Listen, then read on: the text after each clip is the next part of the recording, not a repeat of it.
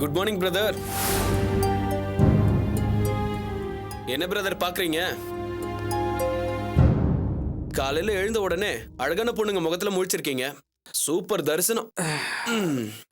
நான் எப்படி இங்க? அதுவா, ஃபுல் மப்புல வந்து என் வண்டியில விழுந்தீங்க. நான் தான் சேஃபா தூக்கிட்டு வந்தேன். நல்லா தூங்கி எழுந்திரிச்சிருக்கீங்க. சாரி, உங்களுக்கு தொந்தரவு கொடுத்துட்டேன். தொந்தரவா? பிரதர், நீங்க கடைசியா எங்க வந்து சேரணுமோ அங்க வந்து சேர்ந்திருக்கீங்க. என்ன சொல்ற? நான் பிரதர் பிரதர்னு கூப்பிடுறேனே, அது வெறும் பேச்சுக்காக இல்ல. நிஜமாவே நீயும் நானும் பிரதர்ஸ் தான். என்ன சொல்ற? அர்ஜுன், என்னோட அப்பா திருவேங்கடமும் உங்க அப்பா ஈஸ்வரும் கூட பிறந்த அண்ணன் தம்பிங்க. அது தெரியுமா? நிஜமா சொல்ற? என்னால நம்பவே முடியலையே.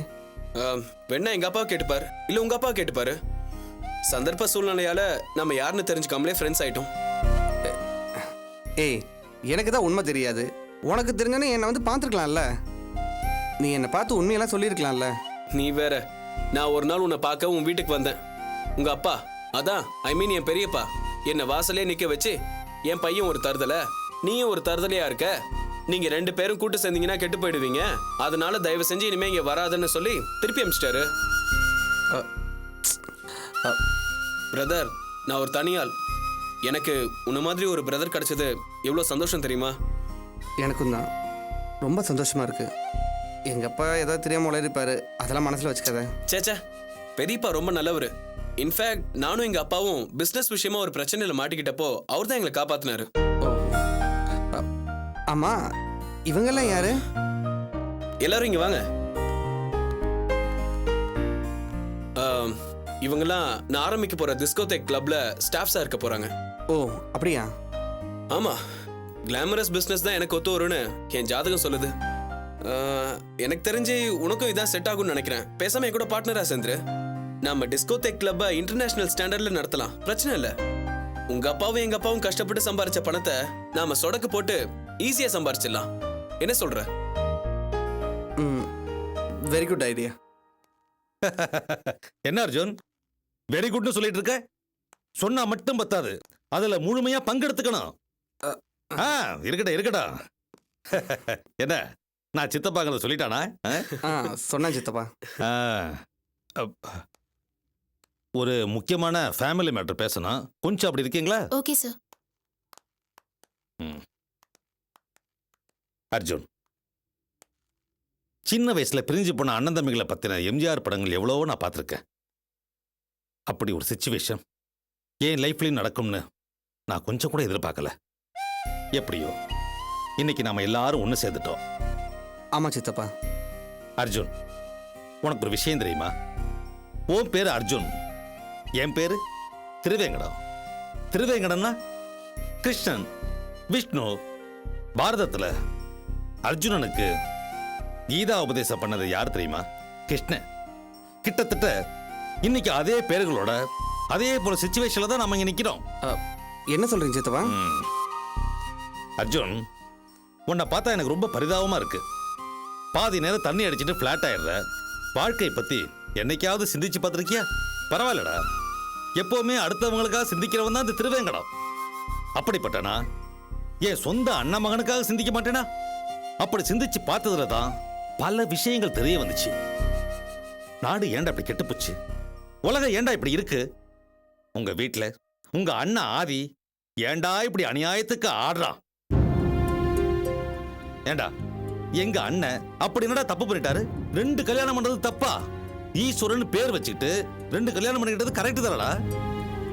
ஆனா இந்த ஆதி இருக்கானே, சரியான மடையம். அவனுக்கு காசு மட்டும்தான்டா தெரியும், வாழ்க்கையை என்ஜாய் பண்ண தெரியாது.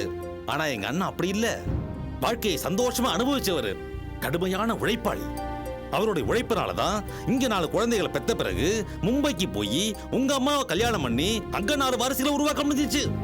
தென்னிந்தியாவில் 4, வட இந்தியாவில் 4, தேசிய ஒருமைப்பாட்டுக்கே விளக்கமா இருக்காரு அவங்க அப்பா. அப்படிப்பட்டவரை நியாயப்படி பார்த்தா பாராட்டி விழா எடுக்கணுமே தவிர இப்படி அசிங்கப்படுத்தலாமா? ஆனா உங்க அண்ணன் அவர் கேவலப்படுத்தி இன்சல்ட் பண்ணி அசிங்கப்படுத்திட்டான். இடியட். டேய், உங்க அண்ணன் ஆதி சரியில்லடா. திரண்ட சொத்துக்கள் அத்தனையும் தாங்கிட்டே இருக்கணும்னு நினைக்கிறான்.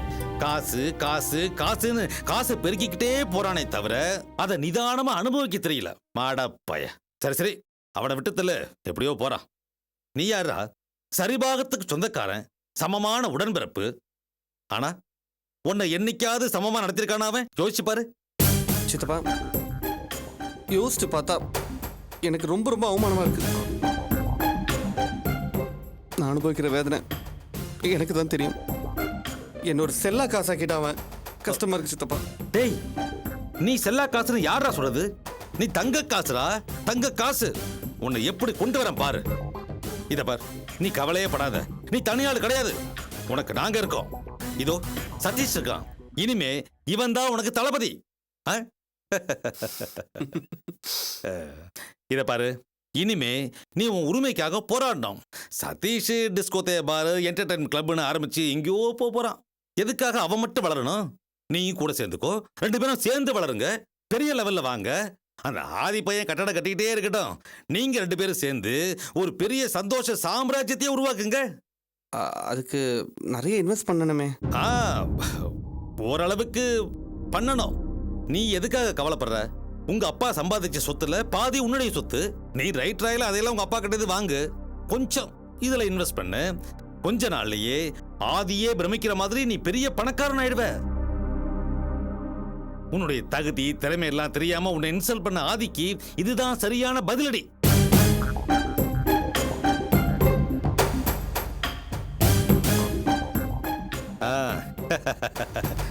என்ன அர்ஜுன், என்னடா சதீஷ், அடிச்சு தூள் கலப்பிடலாமா? கொண்ட கைய. டேய், இத பாக்குறப்போ எனக்கு நிறைய சினிமா ஞாபகம் தானே வருது. இந்த ஹிந்தி படம் ஷோலே, அதுல வர்ற அமிதாப் பச்சனும் தர்மேந்திரா மாதிரி நீங்க 2 பேரும். அப்புறம் தமிழ்ல கூட திரிசூலத்துல ஏதோ ஒரு பாட்டு வருமே, 2 கைகள் 4 ஆனால் இருவருக்கே தான் எதிர்காலம். எப்படி? டேய் அர்ஜுன், சிரிக்க ஆரம்பிச்சிட்டீல்ல? நீ சிரிக்கணும்டா, எனக்கு அது போதும். இத பார், இனிமே அந்த ஆதி கிட்ட உன் உரிமை போராட்டத்தை இம்மீடியட்டா ஸ்டார்ட் பண்ணணும். என்ன புரியுதா?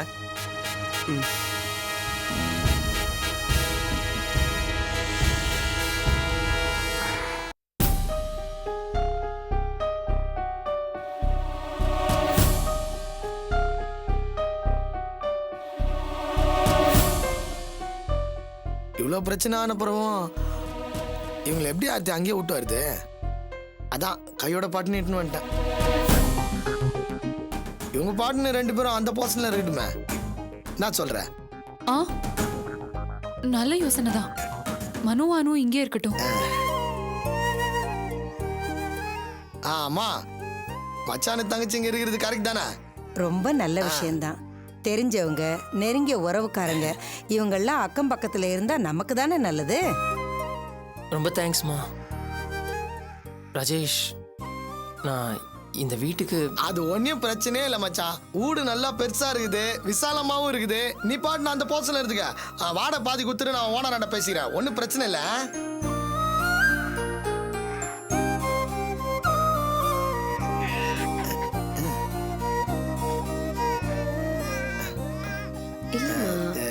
சரி, நீங்க பேசிட்டு இருங்க, இதோ வந்துடுறேன் நான். சரி ராஜேஷ். ஐயோ, அத குழந்தை ஏமா அழுதுகிட்டே இருக்கு? சரி.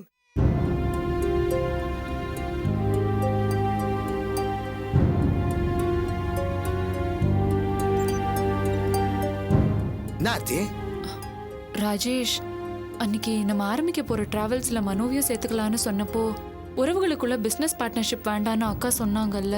ஆமா சொன்னாங்க. ஆனா இப்போ இங்க பாருங்க, உறவுகளுக்குள்ள பிசினஸே வேண்டான்னு சொன்னப்போ இப்போ நம்ம இவங்களை இந்த வீட்டுல தங்க வச்சா இதெல்லாம் சரியா வருமா? அக்கா ஏதாவது சொல்ல மாட்டாங்க? அவங்க சொல்றது இருக்கட்டும் ஆர்த்தி. ஆனா நிலைமை சரியில்லையப்போ. அந்த ரவுடி பசங்க ரொம்ப மோசமானவங்களாம். அந்த ஏரியாவில யாருமே அவனுங்களை எடுத்து ஒரு வார்த்தை பேச மாட்டானுங்களாம். பெருசா நாளைக்கு தான் ப்ராப்ளம் வந்துச்சுன்னா இதெல்லாம் தெரிஞ்சும் நான் எப்படி அவங்களை விட்டு வருது ஆர்த்தி? அங்க சேஃப்டி கிடையாது ஆர்த்தி. இந்த பாரு, நம்ம என்ன வேற ஏதாவது 1 விட்ட 2 விட்ட சொந்தத்தை எட்டுன்னு வந்திருக்கிறோம். உன் சொந்த அண்ணன் தானே அவன். எந்த பிரச்சனையும் வராது, நான் பாத்துக்கிறேன், நீ பார்ட்னர். டேய் ராஜேஷ், எல்லாத்தையும் 8 வந்தாச்சு, வாடா. சரி. இதோ வரேன்டா. வந்துட்டான் குரு, வா.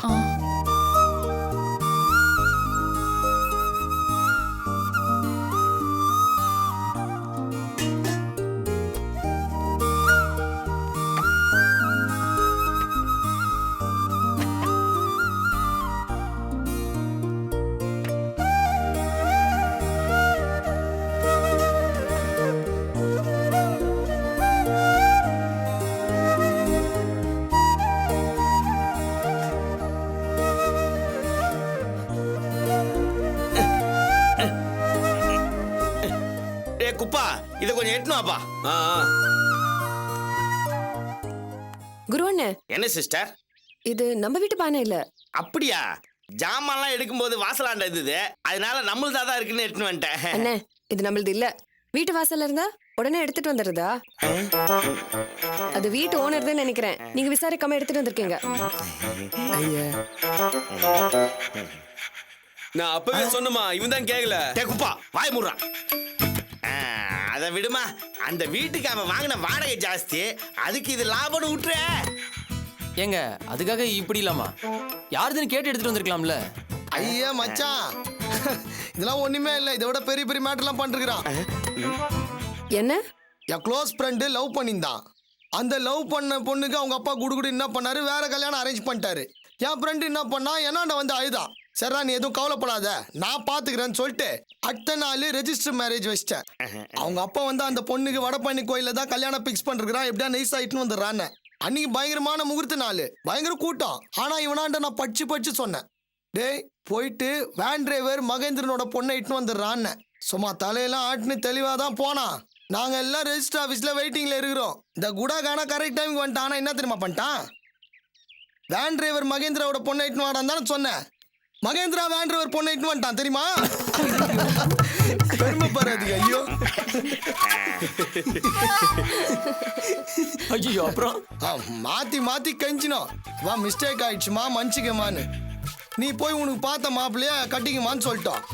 நான் ரிட்டர்ன் போய் என் மாப்பிள்ளை எங்க தேடுறதுன்னு ஒரே அழுகாது. எனக்கு இந்த மாப்பிள்ளை தான் பிடிச்சிருக்கு, இந்த மாப்பிள்ளை தான் பிடிச்சிருக்கு, ஒரே பிடிவாதம்.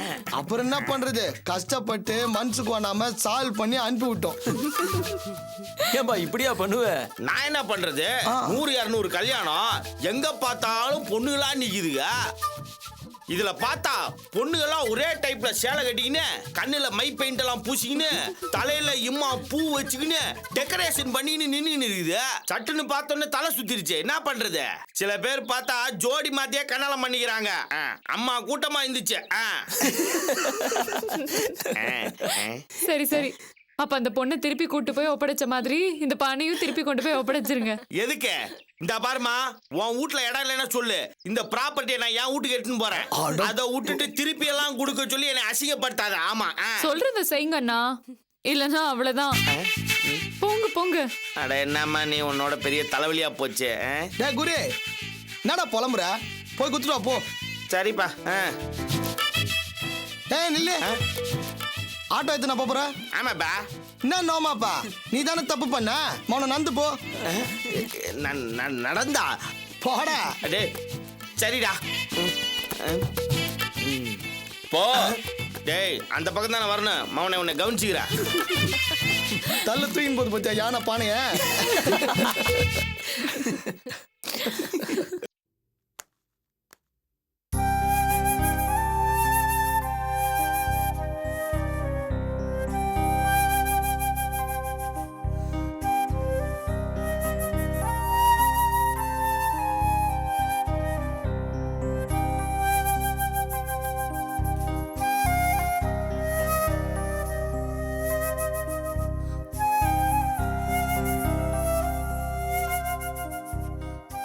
ஆனந்தி அக்கா என்னாச்சு? ஒன்னும் இல்லையே. ஒன்னும் இல்ல. ஏன் ஒரு மாதிரியா இருக்க? ஏதாவது பிரச்சனையா? இல்ல ஒன்னும் இல்லக்கா. அப்படியா? நான் நல்லா தான் இருக்கேன். என் ஆனந்திக்கு பொய் சொல்ல தெரியாது, அது எனக்கு நல்லா தெரியும். என்ன காரணம் நான் சொல்லவா? நீ அந்த மேனகாவை பத்தி பல விஷயங்களை கலெக்ட் பண்ணியிருந்த. மேனகாவை பத்தி நான் அத்தனை ரகசியங்களையும் அச்சுமலை பத்திரிகைக்காக நீ ஒரு கட்டுரையா எழுதியிருந்த. அந்த கட்டுரை மட்டும் வெளிவந்திருந்தா பத்திரிகை உலகமே பெரிய பரபரப்பு அடைஞ்சிருக்கும். ஆனா கடைசி நிமிஷத்துல டூப்ளிகேட் அச்சுமலை பத்திரிகை தான் மக்கள் கிட்ட போய் சேர்ந்திருக்கு. அச்சுமலை பத்திரிகை எடிட்டர் ராமசாமி பத்திரிகை உலகத்தை விட்டே விலகிட்டாரு. நேர்மையான பத்திரிகைக்கு ஏற்பட்ட சோதனையை உன்னால தாங்க முடியல. உன் மனசு இதுக்காக ரொம்ப வருத்தப்படுது. இப்படி தோத்து நிக்கிறோமேன்னு நீ துடிக்கிற. நான் சொல்றது கரெக்ட் தானே ஆனந்தி? எப்படிக்கா இவ்ளோ கரெக்டா சொல்ற? அப்புறம் என் சிஸ்டர் ஆனந்தி வேற எதுக்காக இவ்வளவு வருத்தப்பட்டு நிக்க போறா? இது பாரு ஆனந்தி, அந்த ஆதியையும் மத்தவங்கள பத்தியும் நீ இதுவரைக்கும் எவ்வளவோ விஷயங்களை எழுதியிருக்க. ஆனா எவ்வளவு ஈஸியா அதை தூக்கி வீசிட்டாங்க. அந்த அந்த என்ஆர்ஐ மேனகாவை பத்தி நீ எழுதி என்ன பண்ண போற? எந்த பத்திரிக்கையும் அதை ஏத்துக்காது. அதனால என்னக்கா? நான் சொல்றத கொஞ்சம் கேள. நீ என்ன சொல்ல போற? இந்த வேலை வேண்டாம், அதை விட்டுட்டு என் ஆபீஸ்ல வந்து வேலை பாருன்னு சொல்ல போற அதானே? இல்ல. வேற என்ன சொல்ல போற? என் தங்கச்சி இதுக்காக ஒவ்வொரு பத்திரிகை ஆபீஸா போய் இந்த கட்டுரையை போடுங்க போடுங்கன்னு கெஞ்சிட்டு இருக்கணும்? அவளே சொந்தமா ஒரு பத்திரிகை ஆபீஸை தொடங்கிட்டா எப்படி இருக்கும்? எப்படி இருக்கும்? என்ன சொல்ற? எனக்கு புரியல. எஸ், உனக்காக ஒரு பத்திரிகை ஆபீஸை நான் தொடங்கி வைக்க போறேன். அந்த பத்திரிகை ஆபீஸ்க்கு நீ தான் எம்டி, எடிட்டர் எல்லாமே. எப்படி? அக்கா, நீ என்ன சொல்ற? அதுக்கு இடம் வேணும், இன்வெஸ்ட்மெண்ட் நிறைய தேவை. அதெல்லாம் இடம் பார்த்து நான் ஓகே பண்ணியாச்சு. பிரிண்டிங் மிஷின் வாங்குறதுக்காக தொல்காப்பியன் கிட்ட சொல்லி வச்சிருக்கேன். அவர் அதை பாக்குறதுக்காக போயிருக்காரு. அது பழைய யூனிட் தான். ஆனா உன் 7 அக்காவால இவ்வளவுதான் முடிஞ்சது. ஐயோ அக்கா, என்ன பேசுற நீ? இது எவ்வளவு பெரிய விஷயம் தெரியுமா? தேங்க்யூ அக்கா, தேங்க்யூ சோ மச். ஐயோ, எனக்கு எவ்வளவு சந்தோஷமா இருக்கு தெரியுமா? அக்கா, அப்படியே அந்த பத்திரிக்கைக்கு நீயே ஒரு பேர் வை. நானா? ஆமா, நீ தான் வைக்கணும். ஐயோ ஐயோ, நான் ஏதாவது சுமாரா வைக்க போறேன். வேண்டாம். ஐயோ இல்லக்கா, நீ எந்த பேர் வச்சாலும் நல்லா இருக்கும். இல்ல வேண்டாம் வேண்டாம் ப்ளீஸ். வேண்டாம் ப்ளீஸ் ப்ளீஸ். நீ தான் பேர் வைக்கணும் ப்ளீஸ். என்ன பேர் வைக்கிறது? ஏதாவது ஒன்னு யோசிச்சு சொல்லு.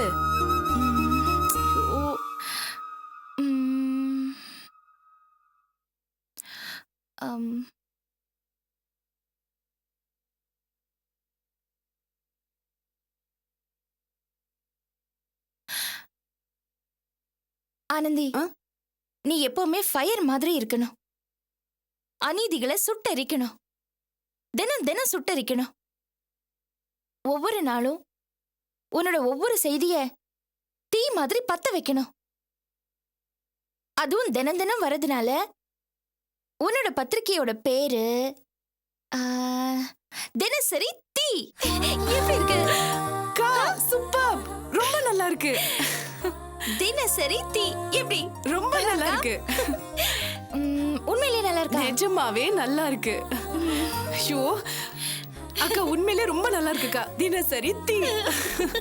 சரி அம்மா, இங்க முதல்ல இந்த விஷயத்தை அம்மாட்ட சொல்லணும். அம்மா உள்ள இருக்காங்க. ஓகே, தேங்க்ஸ்க்கா. அம்மா, தினசரி தீ. தினசரி தீ. சூப்பர். தினசரி தீ.